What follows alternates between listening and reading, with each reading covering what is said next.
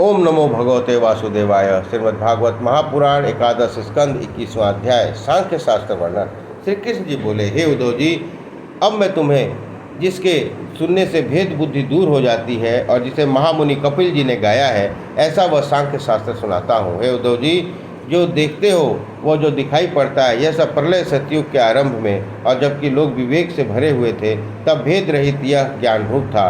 फिर वह ज्ञान रूपी ब्रह्म माया के साथ दृश्य और दृष्टा रूप से दो हो गया।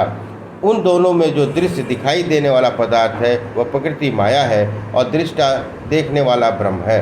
उस पुरुष की प्रेरणा से प्रकृति ने क्षुभित होकर 3 गुण उत्पन्न किए। उन तीनों गुणों के सूत्र नाम का पहला विकार पैदा हुआ।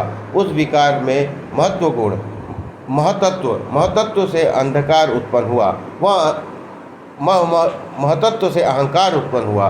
वह अहंकार सत्व रज तम 3 तरह से हुआ और जड़ चेतन की गांठ होकर शब्द स्पर्श आदि पात्रों का विषय, 10 इंद्रिय और मन सहित इंद्रियों का कारण भी वही हुआ। तामस अहंकार से 5 तत्वों की उत्पत्ति हुई। राजस से 10 इंद्रियां प्रकटी। सात्विक के 10 दिशा और चंद्रमा उत्पन्न हुए। मेरी प्रेरणा से सारे पदार्थ एक में मिलकर ब्रह्मांड को उत्पन्न किए। तब उनमें जो मेरा विराट रूप अंड निकला, वह अंड जल में पड़ा रहा और उसमें मैं लीला करने को घुस गया। फिर मेरी नाभि के कमल निकला और उसमें से ब्रह्मा प्रकट हुए। ब्रह्मा जी ने तपस्या करके सारे लोकपालों सहित लोकों को रचा, जिससे लोकों की रचना हुई। हे उद्धव, इस ब्रह्मांड में छोटे बड़े भारी हल्के जितने पदार्थ हैं, ये सब प्रकृति पुरुष दोनों से मिले हुए हैं। यद्यपि व्यवहार में सब भिन्न जान पड़ते हैं, तथापि सब परमेश्वर रूप ही है। यह सृष्टि वैसे ही व्यवहार भिन्न है जैसे सोने से सोने का गहना या मिट्टी का बर्तन। जैसे मिट्टी अपने में ही पिंड लेकर घड़े को रचती है, उसी प्रकार परमात्मा भी इस जगत का उत्पादन कारण प्रकृति और उसका मूल आधार पुरुष और गुणों के क्षोभ से प्रकट हुआ काल है। ये तीनों मैं ही हूँ। जीव को भोग देने के लिए यह बड़ी भारी सृष्टि उत्पन्न हुई है, और जब तक इसका क्षय न होगा तब तक पिता पुत्र आदि रूप से चलती ही जाएगी।